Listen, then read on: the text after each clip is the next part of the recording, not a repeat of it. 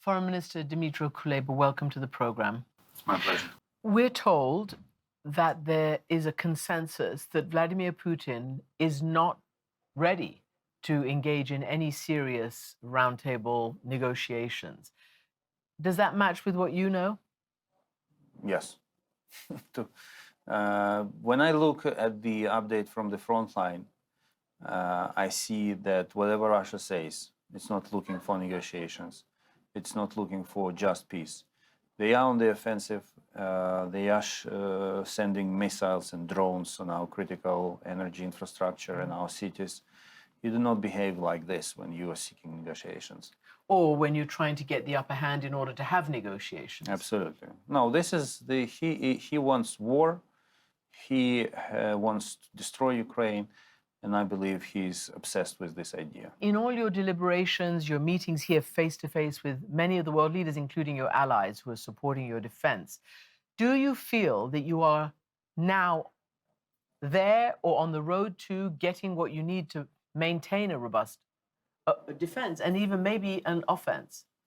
When the war began a year ago, we realized that we need certain types of weapons to become capable of first defending our territory, but also then liberating our territory. And there are 7 types of weapons on this list. I call it the Big 7. And in 1 year, we unlocked 6 out of 7, with only fighter planes remaining on the wish list. A conversation on every type of weapon started with a no. Every single weapon started with a no. In the end, we got it. So if you look back at history, of course, we got almost everything that we asked for.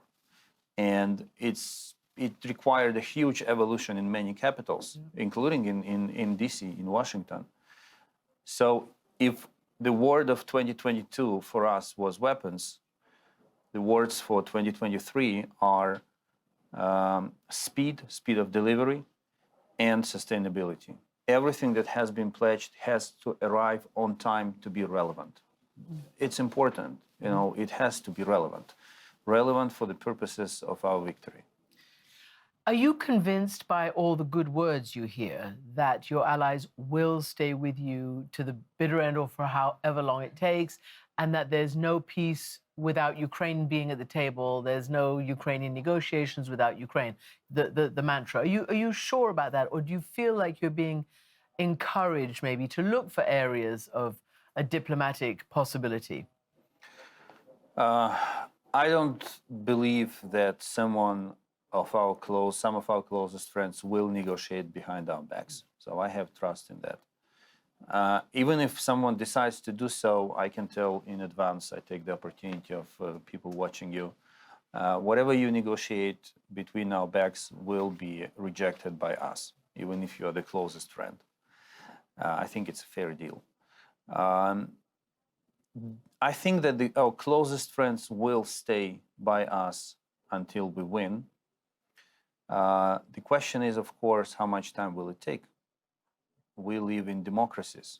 Governments change, leaders change. So this is why it is so important to maintain what is bipartisan support in the United States or multi-partisan support here in Germany, so that whoever comes to power, the support will be there. And frankly, yes, I have to be cautious. I have to show some rationality and say that, of course, you cannot trust everyone in this world. But I don't think it's about trust. I think it's about a group of countries who understand that victory of Ukraine is not only in the best interests of Ukraine, but in their own interests. Yes, and that is what your president said when he came here last year to say, our fight is your fight as well, and you need to help us. And he said it again. He portrayed this struggle as David versus Goliath, and that David had to win. Question is, what is winning? We see what your side has put out. We see the 10-point plan. Fundamental in there is that Russia removes itself from all the territory it's occupied since 2014. When I ask NATO Secretary General or any other government, including the United States, they won't define what winning looks like. Again, it's up to you. But 1 year later, what does winning look like? full restoration of Ukraine's territorial integrity. This is the first victory that we have to gain on the ground. Then other victories will follow on making Russia compensate, on bringing perpetrators to account. But more broadly speaking, we have to answer the most important question. What needs to be done to ensure lasting peace in the region and in the whole Euro-Atlantic area? And this question has two answers. The first half of the answer is that Ukraine has to become a member of EU and NATO. And the second is Russia must change. And this is the most intriguing debate that has to unfold. What to do with Russia? Well, what to do with Russia? Definitely something. Something needs to be done. Russia cannot stay as it is now because it's full of aggression, it's full of revanchism. I'm not necessarily saying that it's something that we outsiders have to do with Russia.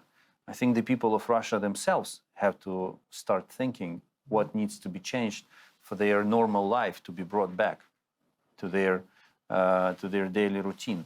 It's a complicated issue. There are no easy answers at this point. But what I'm trying to say is that in the end, lasting and enduring peace is possible when Russia will not be posing a threat. You have said that it's a good deal what you have with your allies, that they supply you with the weapons so that you do the fighting and they don't need to fight. Do you think that message has got through? Do you think they think Ukraine is their existential threat as well? Russia is their existential threat. I mean, Ukraine yes. is definitely not their existential I mean, threat. a Ukrainian defeat. It depends on whom you are talking to, but one way or another, yes, they understand it. Because whatever the price of supporting Ukraine is, the price of fighting on your own, yourself, will be much higher. One thing is to send a tank to Ukraine, and it may be a difficult decision to make, but one thing is to send a tank, another is to put a young boy into the tank and send him to die for another country. And I would like to reiterate once more that we never, ever asked for foreign boots on the ground in Ukraine. And this is why I call it a fair deal. Unlike so many countries who are calling the United States to step in, to come and save them. We said we know how to save ourselves. Give us the David's sling, so to say, to defeat the Goliath. How long will it take you to win? It's the most painful question. I think we should not be asking ourselves this question. I think every day, instead of asking ourselves, how long will it take to win, we should be asking ourselves, what else can I do to make Ukraine win? It completely changes the optics. Because if you ask the first question, in the end, you get weary, you get tired, right? Because, okay, it still goes on. But if you are committed to success, it actually motivates you. It moves you, drives you on. It moves you forward. And we did succeed in changing very important optics sometime last year, because if you see what leaders were saying in the beginning of the war, they were mostly emphasizing that Russia must not prevail in Ukraine. And we were saying, no, this is wrong optics. To get your policies and decisions right, you have to say Ukraine must win. And now you're hearing more and more of that. These little things, they really have an impact on what kind of decisions are being made, on what kind of policies are being pursued. So the same here. Foreign Minister, thank you very much. Thank you.